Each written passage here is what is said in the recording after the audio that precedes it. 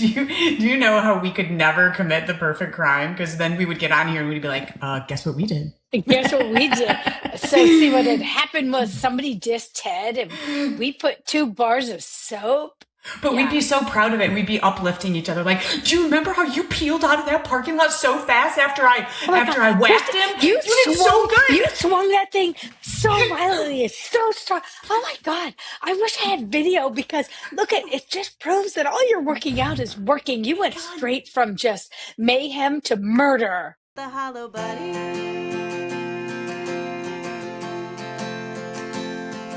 And we all feel hollow sometimes. Greetings and salutations, and welcome to the Hollow Bunny Leadership Podcast. I'm Kristen Ziman, and I am here with my tenacious and timeless co-host, Sylvia Moir. Huh? We are former police chiefs who have seen a lot examples of leadership, both the kind that fills the room with substance and the kind that is all shine and no depth. And that is why the Hollow Bunny is our metaphor for those leaders who look the part but lack the core, the empty suits of this world. So today, Yep. Sylvia, you have brought forth a topic today to us. And Ooh. it is so good. It is from the Power Playbook. This is written by Stanford professor Jeffrey Pfeffer. So we have it's Pfeffer. So I assume the Pfeiffer? P is silent. Is it Pfeffer? Yeah, Pfeiffer, Pfeffer, Okay. sure. I like Pfeffer because it sounds like fluffer, and so I'm going to go I that. would have won $1 million. I would have won $1 million if I had said, okay, she's gonna say it's Professor Jeffrey Pfeffer. Fluffer.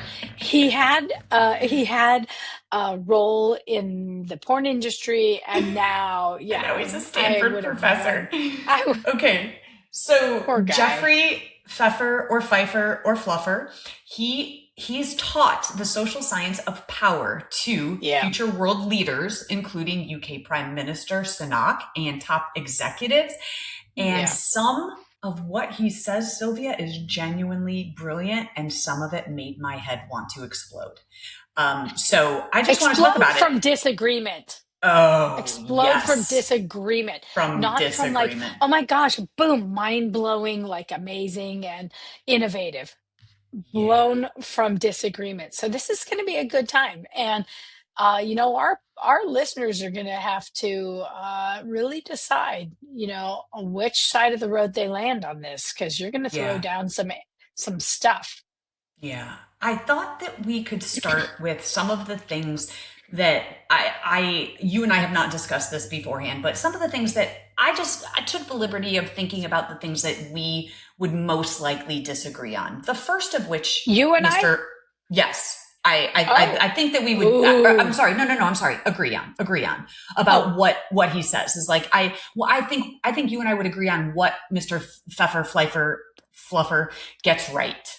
He's a damn professor at Stanford. Can That's you right. just pick I will. how you're going to pronounce his name? Okay, so it must be Pfeiffer. Pfeiffer.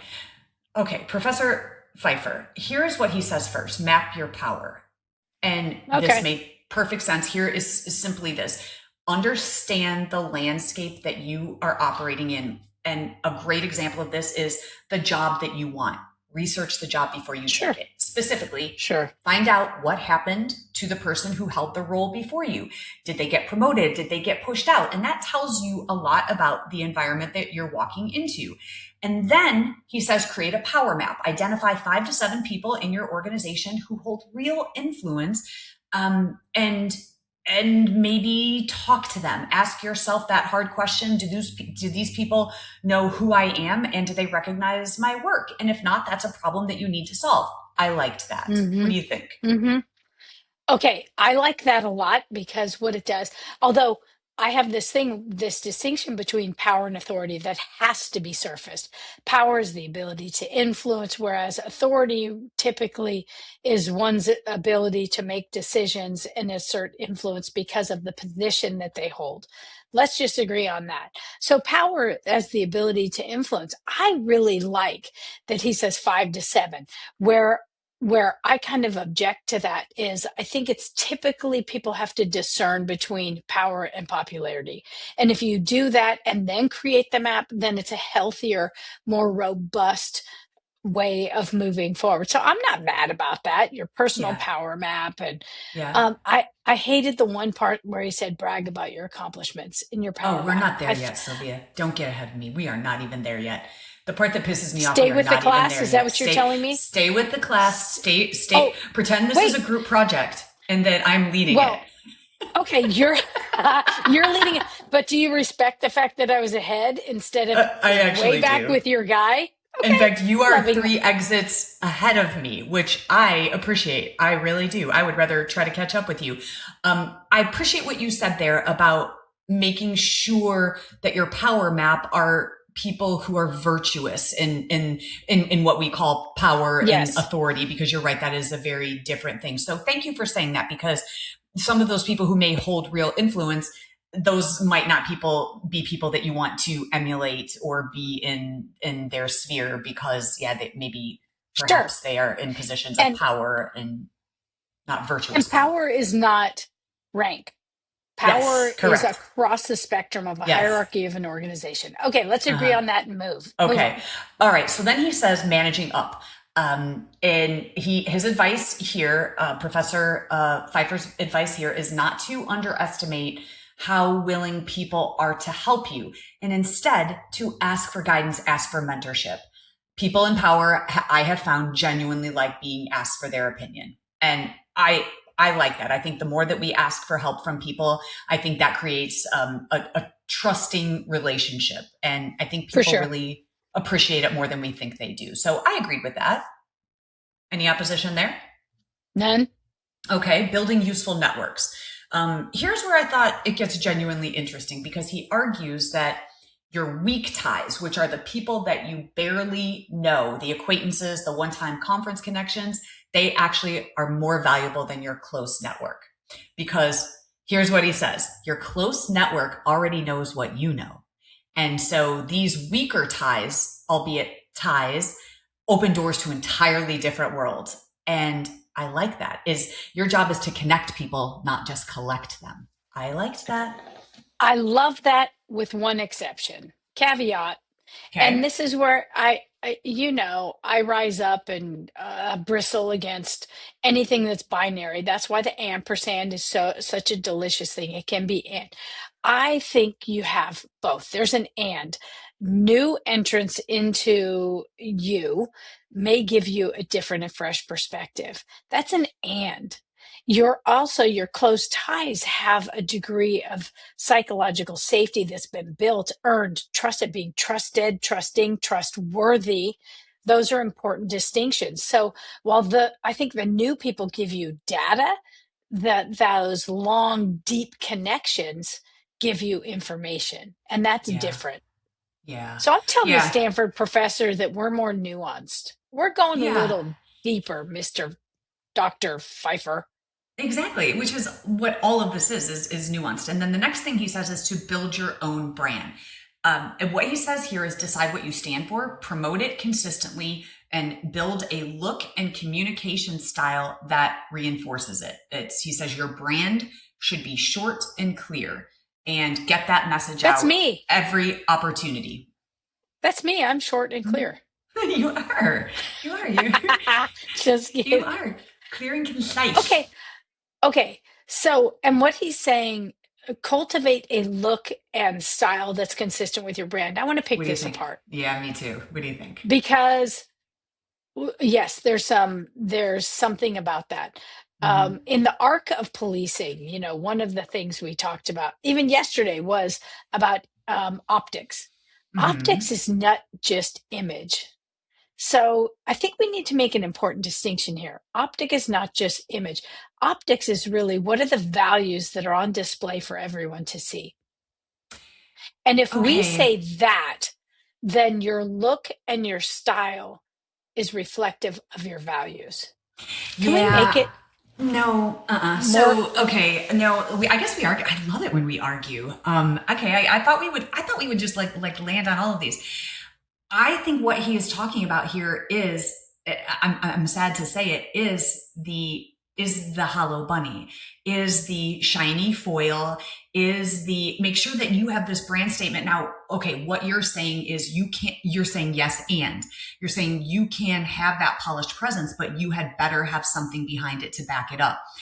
I'm not so sure that is what our professor is saying here. It is about building brand. And I do want to pause here for just a second, because I want to ask you something. And the reason that this has become enveloped into my inner circles, there's someone very close to me who has attempted to promote several different times. And as part of that process, the feedback is that he is not polished, and that he doesn't look the part. And arguably so, he concedes to the fact that he doesn't care about that. And that those were his exact words to me. It's like, I don't care about that. And my response was, you must. And I don't like that, because it almost is the antithesis of our hollow bunny. The message that we send out is that you need to have substance, but you do have to put on a shiny suit and a bow tie sometimes. And I do think so.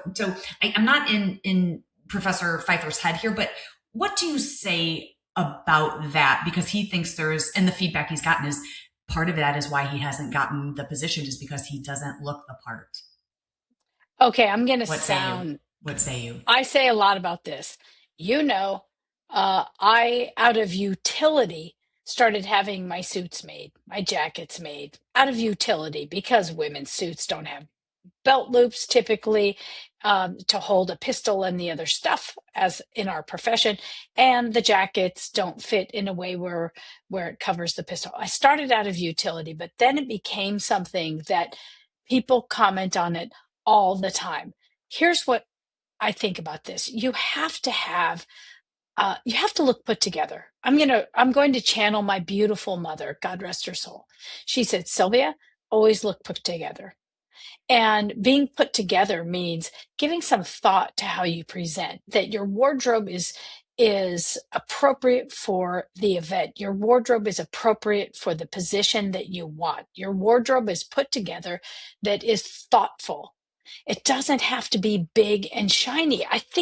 Remember we were at the World Business Forum in New York, and the former president, CEO of IBM came in, and she had that little headband thingy, Mahoozer, that drove you insane. Drove me batshit. I'm like, oh my gosh, that's what you wear when you're 12, or you're getting a facial, or you're doing hot yoga.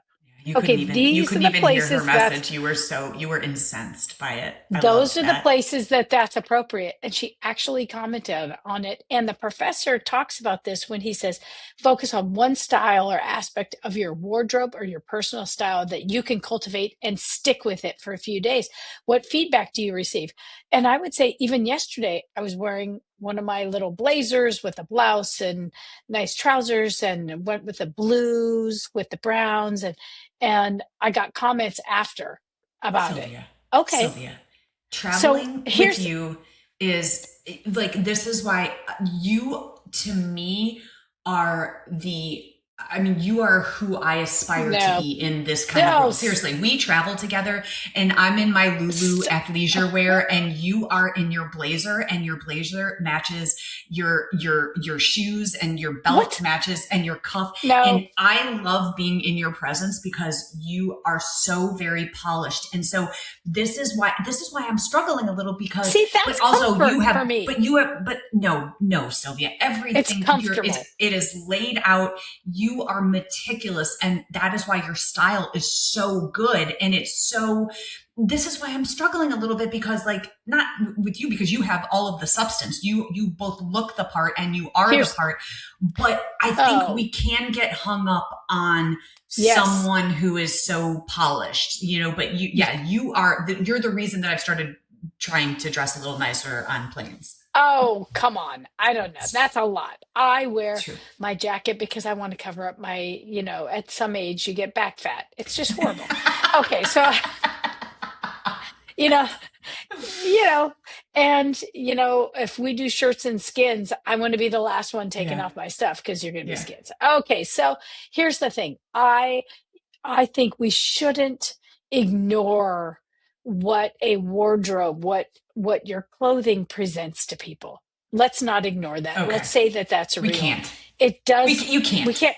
You can't ignore it, because I've Can't. had folks like your example of your guy that, wow, they have all of the things they lack.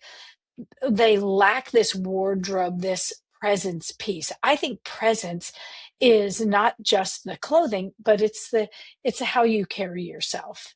And so let's not ignore it. Let's say, yes, there's part of that that has to be acknowledged. And your guy, he's resisting because it's just not what he focuses on. He's missing the point. Yes. People focus on it. Yes. And we are in they really do. visuals. Like it or not. And I guess that's what I told him is you don't have to put any value in it. Cause he's like, I just don't care, And I'm like, well, but you should, because other people do. So there is something we probably spent way too much time here, but I'm glad that we touched on this, because it really does matter. Building your brand and then showing, and I think it exudes confidence. And I also think the effort that you put into your appearance, and he's calling it brand, but it's the same thing. How you show up, is how people encounter you. I really do believe that to be true. Right. So, I think names, people make judgments about us based on our names before they meet us, and they make a visual judgment of us. yeah. Sure. Yeah. Okay. We don't have to And like let's it, but just it's say, reality. yeah. And let's just say, at least be put together. Yes. I have a guy I work with. He wears a white button-up shirt with some type of trousers, like he's got 2 pair of trousers and the same shoes every day, and nobody cares. It's his thing. He doesn't have to think about. That's like his uniform. Like Steve Jobs wore jeans and a black turtleneck every single day of his life. And they say that but that's not disheveled. It's put together. That's just, but I guess that maybe that's where we can land on here, is that's your brand. That's let's move. Who you are. Okay, let's move. Okay. So then we have executive presence, which is, he says, to prepare obsessively for high visibility moments. Rehearse. And here is what I thought his most provocative point is how you look and sound matters more than what you actually say. What do you think about that? Hate it, but it's true. It goes back to the Maya Angelou. People won't remember what you built. They won't remember the organizational tool. We've talked about this. The cars you got, the advancements in training, the tools, the patches, the badges, all the outward symbols. They'll remember how they felt in your presence. So, and he says to counteract.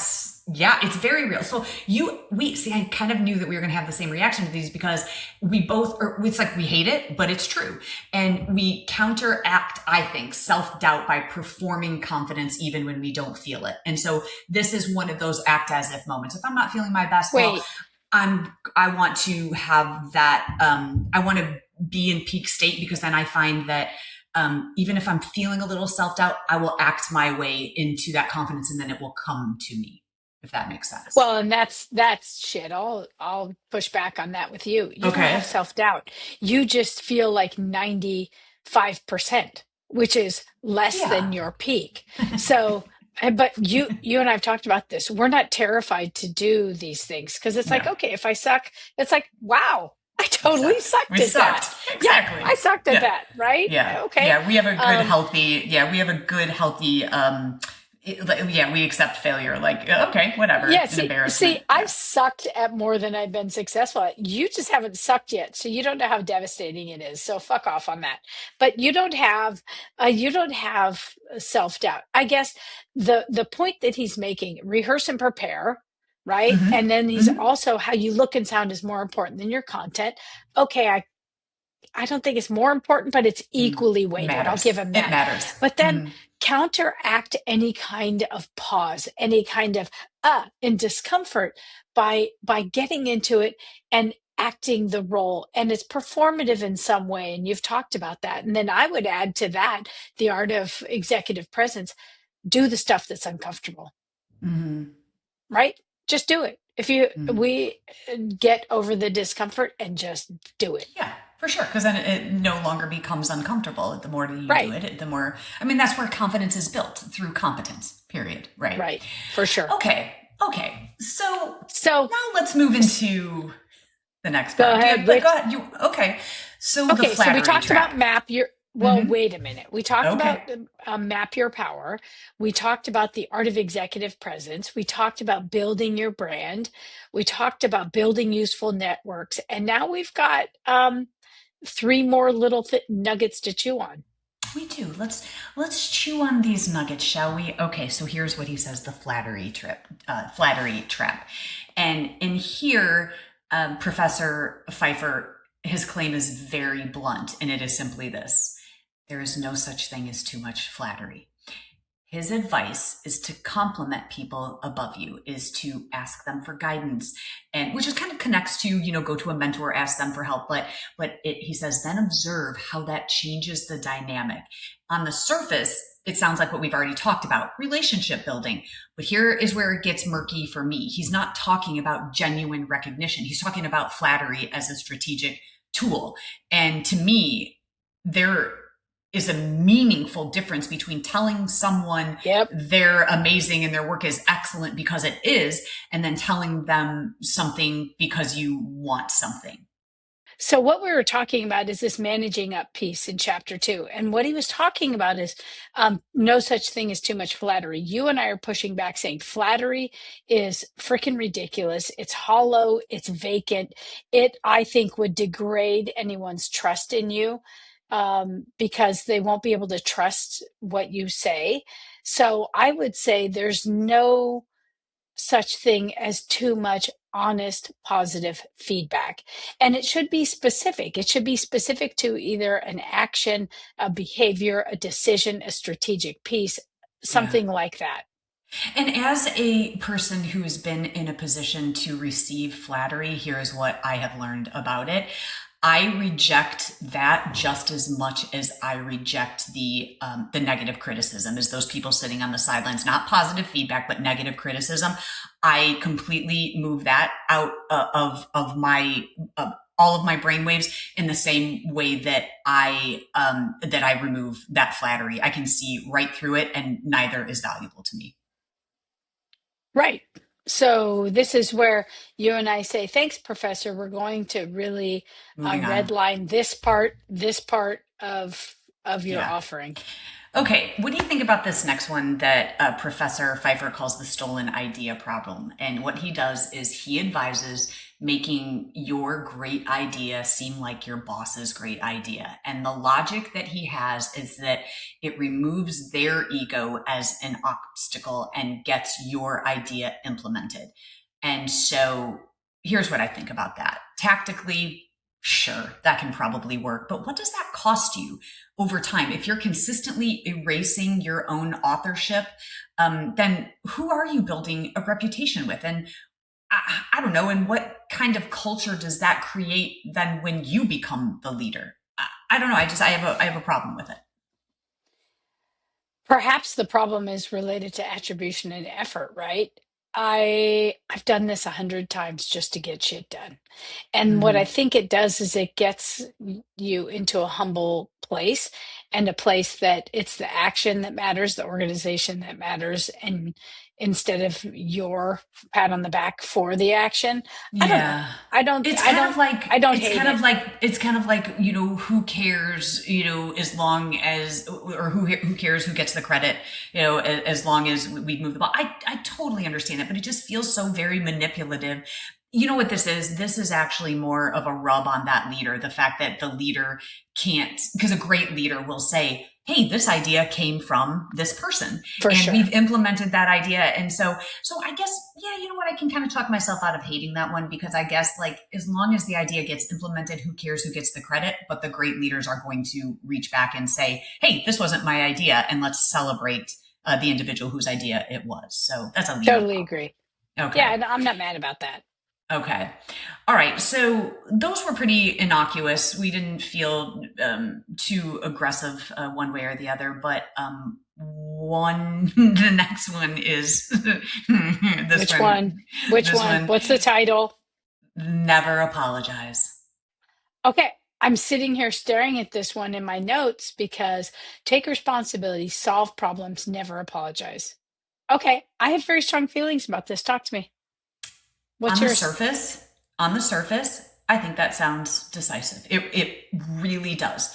Leaders own outcomes. They fix things. They don't wallow Yep. in guilt. Love that. Yep. Got it. Check.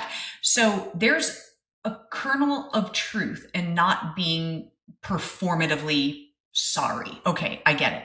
Endless apologizing without changed behavior is meaningless. I get that. But he isn't making that nuanced point. He's saying that the apology itself is a power leak and it signals weakness. And that's where he loses the plot for me entirely on leadership. I don't think he loses the plot on leadership for you. Okay. I think he's Okay. supporting your stance because we've talked about apologies before and the three-part apology. We've talked about that. There are people that cannot apologize. I I agree with him on this. Don't apologize for being decisive. And an apology is not necessary in this space that we're talking about. It Mm-hmm. is uh, some people use "I'm sorry," "Oh, I'm sorry," "Oh, forgive me," as kind of a vocal kind of hitch. And I agree that it drains power. I don't think he's really that far off from you in terms of what he said here.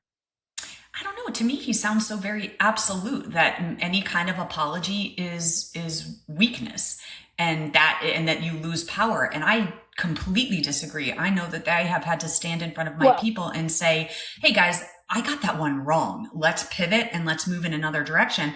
I didn't feel like I that's not an created a apology. power leak. Yeah, That's I'm not an sorry. apology. I screwed That up. I made a decision that was wrong. I'm sorry. I screwed three parts to apology. I'm sorry. I was wrong. Here's what we're going to do about it. We're going to move. We're going to pivot. And okay. so I don't know. I don't think that signals weakness.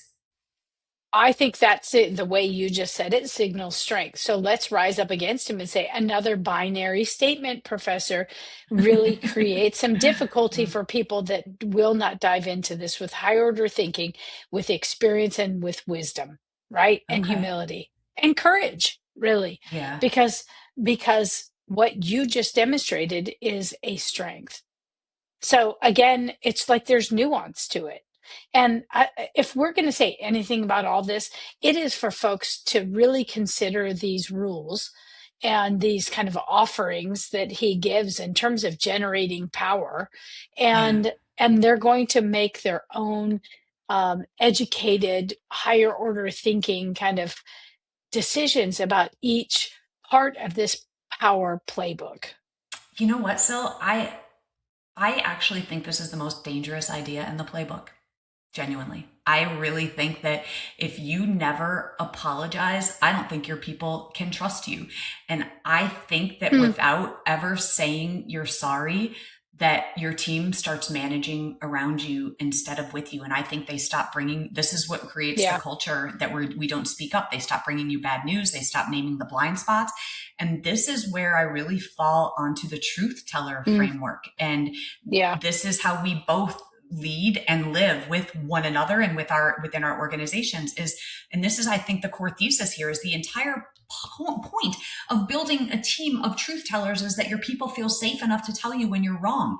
And so that safety is built with a person or a leader who models it first, who says it first out loud in front of the team without hedging. And so his playbook doesn't just discourage that, it actively pushes it by framing apology as weak. And I just can't. Right. I can't. I can't either actually in this because apology when stated and considered in the way that you just presented it, it is a strength. It is a strength because what it does is it signals to folks that you're self-aware, that Yeah. you want to do better, that you made a decision, right? Yeah. And you I I think what it does is it actually builds trust. It doesn't necessarily, as a result, evaporate or degrade power. I think it actually builds power because if we're saying that power is part of influence to drive forward an Mm-hmm. organization and a mission to carry out the work, the very necessary and important work, then what we're saying is you have to have power, you have to have trust. And we talked about this. Trust is essential. Trust is essential. So it makes you more trustworthy when you can say, look, I did this, I was wrong, and I want Hmm. to make it better. Yeah. Yeah, Okay. I So now you so have come. we both You've done an about face. yeah. Yeah. Well, I don't love I'm sorry as a default. I don't love I it. agree. And I I'm not sure agree. I've done it about face because I said there's a time and a place for it.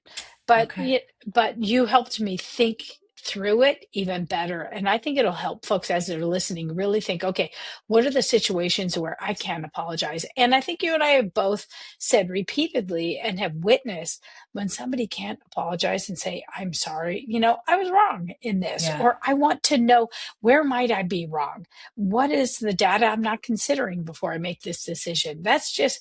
That is a strong leader. That's a person who's strong within self. They think they know Okay. everything and they can't say they're wrong. Ugh, they Okay. don't So you resonate. have once again brought the ampersand into play, and here's what True. I would like to propose. Um, do you want to get a tattoo? You should get an ampersand tattoo. Who says I don't have one already? You don't have an What do ampersand you want to go on your body. twinsies? Do you want to You want to get go an ampersand? twinsies? I feel like I could get a tattoo with you. I think we're there. I think we're there. It took this long. It shouldn't have, but I was thinking if I were going to get a tattoo with Sylvia Moir, what would I get? And Mm, it mm, would be an ampersand. mm. It's exact because You know what? you often remind me is that that's a yes and. I mean, just in the example we gave earlier, I'm really mad at my group member. Yes and. What is the charitable assumption here? And I feel like our next outing together, I feel like we should get matching tattoos. Think about it. You don't have to answer I now. think I've just put you on the spot. Okay, so I say okay, but is it an ampersand or if I'm channeling you, then maybe it's a bully. It's a girl with a big ol' You're it's such like a dick. You're such a dick. Yeah, it's just me flicking someone. Could you fuck just get my you. face with me Fuck you, flicking someone Ted. up? Way to go, Theodore. What is a bully? um, We'll just put bully. Bully. just bully. That's it. I'll take it. I'll take it. No, I actually see the ampersand actually will make me a better person because I will remember. Don't be a bully. There's an and Then where here. are you going to There's an put it? and. Yeah. I don't Where are you know. going to put it? We don't have to put it on the same place in our body. I don't know. I don't know where I want another tattoo on my body. I was Oh, just thinking, this is the tattoo I'm going to get with you. It's going to happen. okay. Okay, this Okay. will happen. Hopefully, No, it's it won't happening. be. Okay. Okay. We've got to No, it's decide the time happening. and place. Uh-huh. No, Time it's and not a place. podcast. It's happening. It's happening. I don't know. Okay, we can move I'll on. send So you samples. okay, perfect. All right, so you keep saying it. Nuance matters. This context matters, and here's what I think that Professor Pfeffer doesn't tell us. Like, who is this actually for? Because like everything in his playbook assumes that you're operating in a highly political, hierarchical organization where power is the primary currency. And I know those places exist. You and I both know those places exist. And so this guy has spent decades studying them. So he's presenting these tactics as universal truths about how power works, full stops. But he never actually tells you that the environment determines whether these will build you up or hollow you out. Does that make sense? It does. There requires a different kind of assessment of the Yeah. environment that you're in. The great Joseph Campbell really offered that, and he used hero, and we'll substitute hero in his description for leader. Okay, with leader. So he said the leader emerges when the leader is ready and the environment is ready at the same time. Yeah. And what difficulty arises when the leader is ready, but the environment isn't ready for that leader, or conversely, the environment is ready for that leader but the leader is not ready, and how beautiful when they mesh. I think what Yeah. you're talking about is a synchronicity of this understanding, this contemplation, consideration of the environment. I would say power is an incredible currency in Hmm. any environment if treated in a way that respects the influence and how that influence can be used for good or for evil. And that is really the nuance. Power It's to me, it's like it has to be closely associated with and enjoined with trust, integrity, decisiveness, standing, bearing, tact, all of those things Yeah. that are the traits and principles of someone who's worthy of leading, who's worthy of having the power to influence. And so, okay, I get it. This is a framework for folks to examine, to maybe make some micro adjustments to how they show up, and perhaps dive into examining their own behavior moving forward. I just don't think it's a perfect framework that one should, like a ladder. You know, each rung is not purposeful and appropriate for every environment, every, like you and Ted, every roof you're going to climb on to, Yeah. right? I think you're exactly right. Is Professor Pfeiffer is teaching you how to accumulate power. Yep. And that is a legitimate and a well-researched field of study, but it is not leadership. Leadership is what you do with your power once you have it, and whether Yep. people follow you because they have to or because they want to. And I think this playbook optimizes entirely for the acquisition and protection of power, but it has almost nothing to say about what makes people feel worth following. And here was the other thing that popped up Right. into my head while you were just saying this is, let's say Sylvia, that someone executes this playbook absolutely perfectly, right? And they find themselves at the top. They have outmaneuvered all of their rivals. They've done it. They have managed up brilliantly. They have never apologized. And they get there.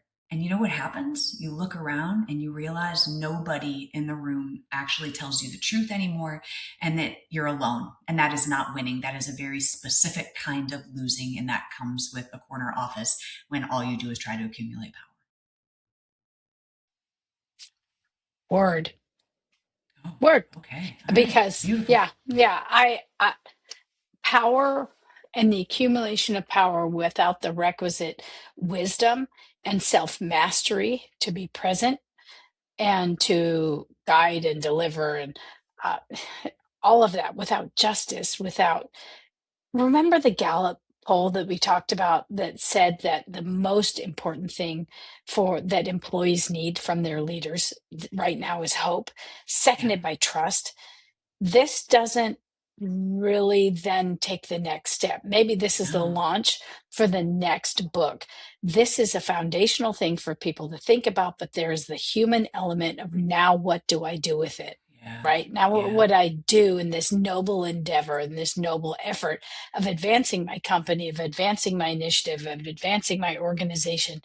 And and really the human element then considers the usefulness and utility of these efforts. Oh, so true. And listen, I think that he does a great job of teaching us how to accumulate power. And I believe that is a real skill set in the world that, and Sure. it doesn't always, I think it doesn't always reward the most authentic person in the room. And listen, this is what the Hollow Bunny leadership is about. It's about something harder and more durable. It's about being someone your people can actually trust. And even when trust is costly, and it's especially then. Sure. So I think that's a great place to land the plane. This was a really, really interesting article for me, and it tugged on a lot of emotion. It was great. Thanks for Love bringing it. that.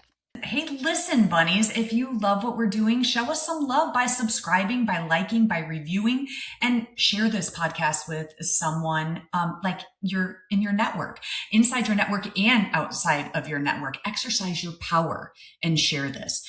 Follow us on Instagram, on Facebook, on YouTube.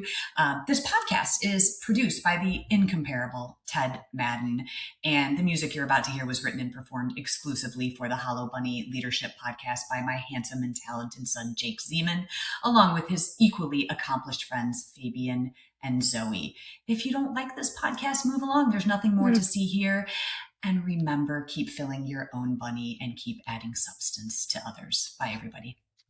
Bye, everyone.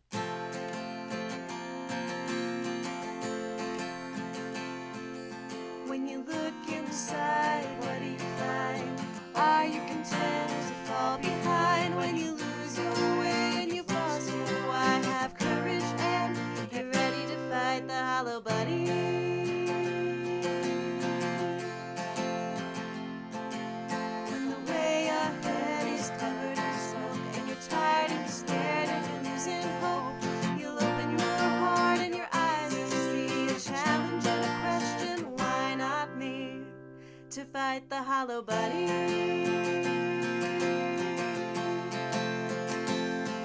And we all feel hollow sometimes, but the monsters are only in your mind. It's a tough pill to swallow, but if you're brave and kind, you'll be alright. If you fight the hollow buddy.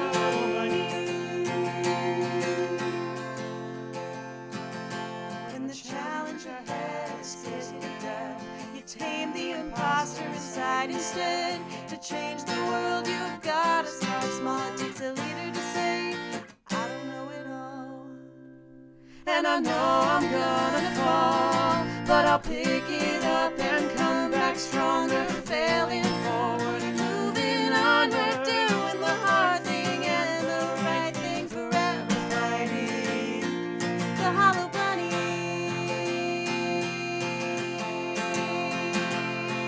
And we all feel hollow sometimes, but the monsters are only in your mind. It's a tough pill to swallow, but if you're brave and kind, you'll be alright. If you fight the hollow buddy.